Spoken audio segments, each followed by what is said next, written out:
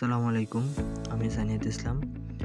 আমার আইডি হচ্ছে 21315462 এটি হচ্ছে আমার ডাটাবেস ম্যানেজমেন্ট সিস্টেমের অ্যাসাইনমেন্ট, যা আমি HTML, CSS এবং PHPর মাধ্যমে একটি স্টুডেন্টের নাম, আইডি এবং সেকশন ডাটাবেসে স্টোর করেছি।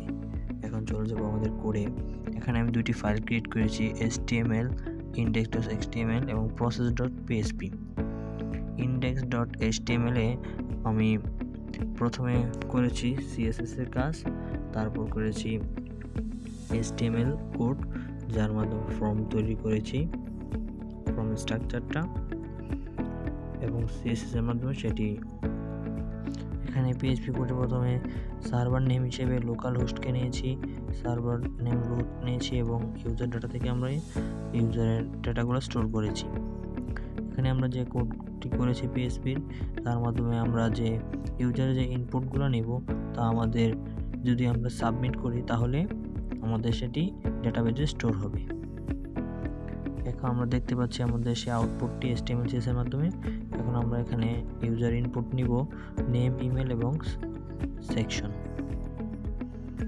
আমরা সেভ দিলাম। সেভ দিলে আমরা দেখাবে সাকসেসফুলি সেভ। এখন আমরা দেখব যে ডাটাবেজে সেটি সেভ হয়েছে কিনা। আমি এখানে ডাটাবেস ক্রিয়েট করেছি ইউজার ডাটা নামে এবং তার ভিতরে একটা টেবিল ক্রিয়েট করেছি ডিফল্টভাবে ইউজার্স, যেখানে কলাম দিয়েছি নেম, ইমেল আইডি এবং সেকশন।